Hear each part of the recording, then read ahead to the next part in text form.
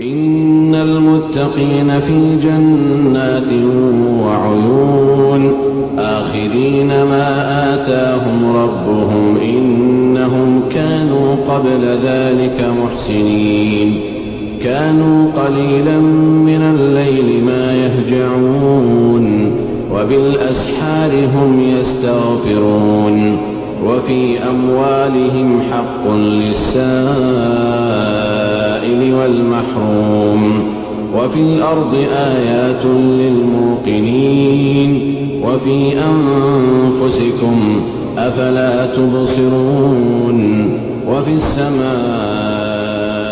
رزقكم وما توعدون